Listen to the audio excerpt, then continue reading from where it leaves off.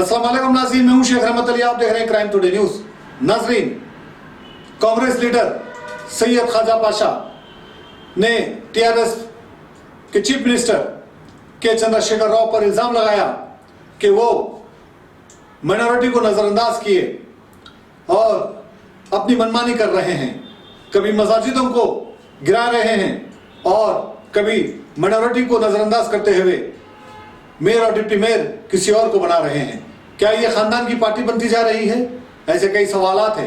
Crime today से बात करते हुए उन्होंने ये सारे तफसीलात बताई। तकीर रहमान की ये रिपोर्ट देखिए। अस्सलाम वालेकुम, मैं सैयद ख्वाजा पाशा, कांग्रेस पार्टी से रंगारेड्डी डिस्ट्रिक्ट सेक्रेटरी।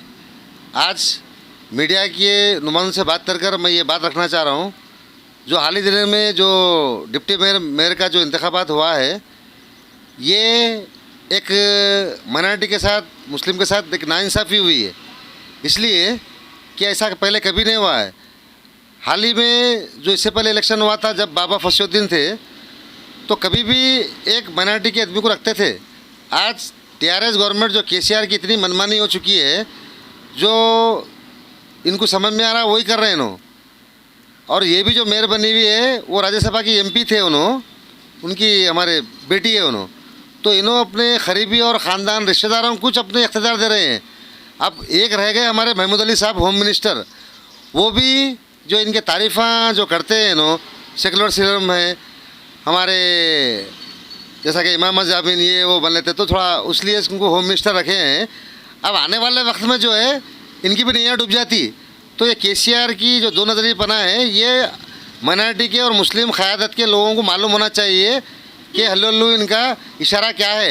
इन्हों बीजेपी के नक्शे क़दम पे चल रहे हैं और इन्हों इतनी मनमानी कर रहे हैं। या सेक्रेटरीट के मस्जिदों का मसला रहने दो, या नारायणपेट का आशो खान रहने दो, या अंबरपेट की खाना की मस्जिद रहने दो, या 10,000 की स्कीम रहने दो, और हमारे जैसा राशन कार्डों की ओडीपी निकाल रहे हैं। तो इनकी मनमानी, नया कानून नहीं, जो इनको समझ में आया वही कर रहे हैं। देखिए एक बात बोलता हूँ मैं, इन्हों चीफ मिनिस्टर बनेंगे, इनके बेटे को बनेंगे बोल रहे हैं, फिर बोल रहे हैं मैं 10 साल तक रहता हूँ, मेरी इख्तियार है। मौत हयात अल्लाह के हाथ में है, ये इसका फ़ैसला ऊपर वाला करने वाला है। हाल ही दिनों में जो इनको मार पड़ी अल्लाह की, थोड़े सीटों से वहाँ पर इनकी नैया डूब गई, वहाँ पर बीजेपी आ गई।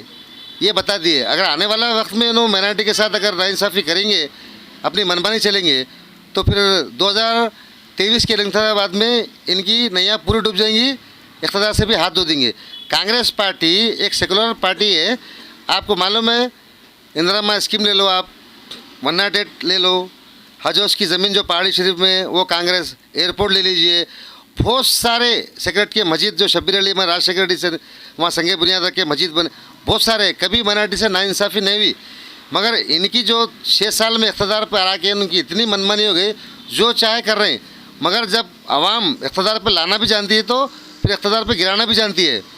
और हम ये बोलना चाह रहे हैं, उस्मान नगर का जो पानी था, वहाँ पर कोई मसला हल नहीं रहा था। कांग्रेस पार्टी के हमारे सीनियर लोग आकर वहाँ पे दबाव डालकर, जब हाई कोर्ट में जब हम केस डाले, वहाँ का पानी निकलेगा। और यहाँ के जो एमएलए है, मतलब जितनी क़यादत है इनकी पूरे लबर स्टार में, इन्हों जो बोले वही सुनना। अगर नहीं सुने तो फिर अगली बार आपको टाइम मौका नहीं देते, सीट पर नहीं डरते आप। मनमानी इतनी हो गई। और एक मुद्दा ये है, कांग्रेस पार्टी के दौर में, तेलुगु देशम के दौर में राशन कार्ड अम्बोभूर दुनिया के बने। इन्हों बड़े बड़े वादे करते, 7 साल इनको होने आ रहा, एक राशन कार्ड भी किसी को बने नहीं बने। वो भी बना हुआ है तो उसको नए नए कानून निकाल के ओडीपी लाओ, ये लाओ बोल के ये कर रहे हैं। आज भी कई लोग म्यूनसिपल ऑफिसों के, कई लोग एमआरओ ऑफिस के चक्कर मार रहे हैं, वहाँ पर पेंशन नहीं मिल रहा। तो इन्हों खाली अपने इख्तियार के उसमें ये पड़े हुए, तो इन्हें बीजेपी के नक्शे क़दम पे चल रहे हैं। और इन्हों जिसको चाहे उनको बना रहे हैं इख्तियार पे, इनकी जूझर करने वाले की। अब वो महमूद अली के साहब सर के बहुत जने होंगे, वो हिसाब से क्या है बोले तो इमाम ज़मीन बनाना, हाथों को चूमना, ये ऐसे लोग आपस में। ये एक रहेगा चिराग। अब आने वाले इलेक्शन में पूरी माइनॉरिटी ख़त्म आती, तो मैं जितनी आवाम है, जो इनके लीडरों को ही बोल रहा हूँ कि थोड़ा इनको आप देखिए, देख कर ये करिए। कभी इन्हों किसी का भला नहीं करे। 10,000 की जब स्कीम है, इनके खुद के लोग हैं पैसे खा लिए, ये पूरों को मालूम है। तो माइनॉरिटी के साथ नाइंसाफ़ी है। और हम किसी पर तरकीब नहीं कर रहे हैं। हुकूमत को ये बोलना चाह रहे हैं कि अभी भी सुधरिए, वक्त है आपके पास, बीजेपी के नक्शे कदम पे मत चलिए। इंशाल्लाह 26 तारीख के दिन जो हमारी मुहिम है, जो मुश्ताक मलिक की तरफ से जो मस्जिदों का मसला है, 26 के दिन फिर हमको रोड पे निकलना है और हुकूमत को घुटने टेकने पे मजबूर करना है। अभी तो हम हमारे सीनियरों के साथ खामी बैठे हुए हैं। हम ये तानाशाही केसीआर गवर्नमेंट की, टीआरएस की नहीं चलने देंगे हम, कांग्रेस पार्टी। ये बात अच्छी तरह याद रख लो आप।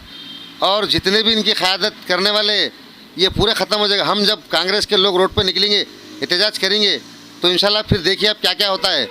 हम ये वार्निंग दे रहे हैं कि राशन कार्डों का जो स्कीम है, एक राशन कार्ड आप नहीं बने 7 साल में, बताइए एक भी बनेगा? उल्टा 2000 रुपये स्कीम बोल रहे हैं, कहाँ दे रहे हैं आप? पूरे लोग हैं वहाँ पे म्यूनसिपलों में, यहाँ पे एमआरओ के ऑफिस में बैठे हुए, शादी मुबारक के भी कई फार्मा पेंडिंग पड़े हुए। तो लिहाजा केसीआर को अभी भी आँख खोलना है। सेक्रेटरीट बनाने के बाद आप वहाँ ख़त्म। Cell world. हे, अगर आप मोबाइल फोन खरीदने की सोच रहे हैं तो चले आइए सेल वर्ल्ड की शोरूम में।